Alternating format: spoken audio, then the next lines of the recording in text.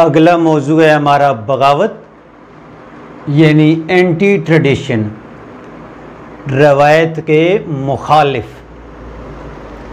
रवायत बेसिकली ये होती है कि अदब में जो चीज़ चल रही है, जो सांचे मौजूद हैं शायरी लिखने के लिए, नसर लिखने के लिए, नावल, अफसाना, ड्रामा, कहानी, गज़ल गोई, जो चीज़ जिस तरह चल रही है उसे एज़ इट इज़ रखना, उसमें कोई तब्दीली नहीं लाना। मसलन अगर शायरी में मौज़ूआत चल रहे हैं प्यार मोहब्बत के, तो हमने प्यार मोहब्बत को ही बयान करते रहना है। अगर वही काफ़िए रदीफ़ जो आम चल रहे हैं उन्हीं काफ़ियों को बुनियाद बनाकर गज़ल लिखते चले जाना। इन असूलों से हटना इनराफ कहलाता है, जैसे आपको दूसरी टर्म में पढ़ाया था। लेकिन यही इनराफ जब मुस्तकिल एक तहरीक की सूरत इख्तियार करता है तो वो क्या कहलाता है? बगावत। बगावत अगरचे सख्त मानों में इस्तेमाल होता है, सख्त लफ्ज़ है, लेकिन हकीकत ये है कि अदब को नई डगर पे लाना, अदब को नए असूलों से जिद्दत से हमकनार करना, बगावत के ही क्या कहें कि मरहून मन्नत है।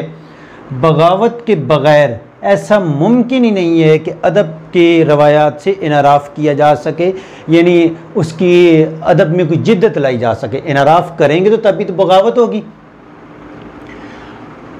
अब मैथ्यू आर्नल्ड थे, इंग्लिश में उनका एक राइटर में नाम मोतबर तरीन आता है, जिन्होंने रवायत से बगावत की। उर्दू में हाली ने जो है रवायत से हटकर जदीद शायरी को अपनाया, मिर्ज़ा गालिब ने जिद्दत को इख्तियार किया। इसी तरह उसके बाद अल्लामा इकबाल ने, अब गालिब के हाली और इकबाल, ये तीनों शोरा ने नई ज़मीनों में शेर कहे, नई ज़मीनों को वुसअत दी। गज़ल में अब इकबाल होता क्या था, गज़ल जो रवायती, असल में गज़ल की रूह जो है ना वो है प्यार मोहब्बत, इश्क, माशूक और इन चीज़ों को बयान करना, गुलों को, फूलों को, बहारों को। इकबाल की बाज़ गज़लियात ऐसी हैं कि अगर उनके ऊपर मौजू लिख दिया जाए, नाम दे दिया जाए, तो तब भी बेजाना होगा। वो एक ही मौजू पे ही उनकी अशार चलना शुरू हुई है। लेकिन इकबाल ने, जैसे कि रूमी है न शामी, काशी न समरकंदी, खाकी है मगर इसके अंदाज हैं अफलाकी, सिखलाई फरिश्तों को आदम की तड़प इसने, आदम को सिखाता है आदाब खुदाबंदी।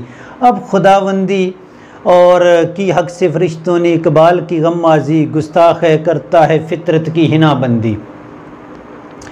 ये जो काफ़िये थे आखिर पे, ये एक नई शामिल हुई, एक नई ज़मीनें मुतारिफ़ कराईं, तो ये बगावत। अब जब इकबाल की बगावत आती है, जब रवायत के असूलों से हट के एक 1936 में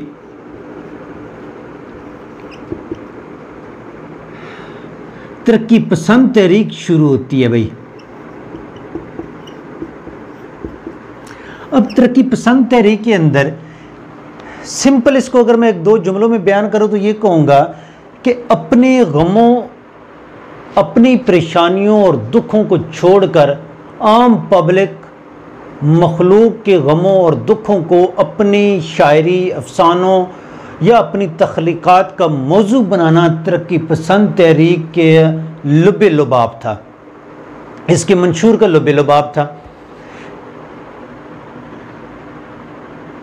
जैसे फैज़ किया कि मुझसे पहली सी मोहब्बत मेरी महबूब न मांग, ठीक होगा, ज़माने में और भी गम हैं मोहब्बत के सिवा, राहतें और भी हैं वसल की राहत के सिवा, मुझसे पहली सी मोहब्बत मेरी महबूब न मांग। इसी तरह एक और है कि हमने उन पर किया है हरफ़े अक संगजन, जिनकी हैबत से दुनिया लरसती रही, जिन पे अश्क बहाने को कोई न था, अपनी आँख उनके गम में बरसती रही। ये क्या था? ये रवायत से बगावत थी। शायरी में कभी भी इस तरह इतने बड़े पैमाने पे नसर में, तख्लीक़ात में कोई जो है वो तहरीरें शामिल नहीं हुई। या जैसे अंगारे 9 अफसानों पर मजमूई किताब थी जिसमें सजाद ज़हीर के 5 अफसाने थे। उन्होंने फ़र्स्ट टाइम जो है सेक्स, जिन्स को अपने अफसानों का मौजू बनाया। मंटो ने इस चीज़ को आगे बढ़ाया, रवायत से बगावत की और उर्दू अदब को, लिटरेचर को, अदब को एक जिद्दत और वुसअत बख्शी। अब होता क्या है, जो मेरा ये लेक्चर सुन रहा होगा वो अगर तरक्की पसंद तहरीक के मुखालिफ है, वो अदब की हल्का अरबाब ज़ौक़ है या किसी भी और तहरीक से वाबस्ता होगा तो उसे ये बुरा लगेगा। लेकिन हकीकत ये है कि बगावत ही जिद्दत का आगे राह देती है या जिद्दत की राह हमवार करती है। जब तरक्की पसंद तहरीक अपने ज़ोरों पे थी और चलती रही तो कुछ अरसे के बाद जाके एक चीज़ महसूस की गई कि इसमें एक नाराबाजी का कल्चर जो है, नाराबाजी का अदब तख्लीक हो रहा है और उसके अलावा कुछ नहीं है। जैसे आज अफ्रीकन मैंने धूल से माथा उठा दिया है, मैंने छील दी है आँखों से गम की छाल। अच्छा, तो एक नई तहरीक आई। अब रवायत से बगावत कर रही है तरक्की पसंद तहरीक। इसके मानने वाले, इसको आगे बढ़ाने वाले, तरक्की पसंद तहरीक आगे चलती है, फिर इससे बगावत होती है कि इसके अंदर जो झोल हैं, जो खामियां हैं, उनको हज़फ करके एक नई तहरीक शामिल की गई। जब नई तहरीक शामिल आई तो उस पर भी क्या हुआ, एक नई जो है वो जिद्दत, बगावत की गई कि नहीं भाई अब इस चीज़ से जान छुड़ाई जाए। बगावत वसी तर, ये तो अदब की हद तक समझाई। जैसे एक रवायत थी, बगावत हमेशा दुनिया के सांचों को, वक्त को, लोगों के जहनों को बदलती है। कार्ल मार्क्स आया तो उसने कम्युनिज़म का निज़ाम लेके आया। क्या किया है कि रवायत से बगावत की है, एक नई चीज़ लेके आया। किसी भी शोबाजात में वक्ती इसमें बहुत परेशानियां होती हैं, मुश्किल होता है, लेकिन बगावत करने वाले ही ज़िंदा रहते हैं। आज नहीं तो कल नाम किसका होगा, बगावत करने वालों का।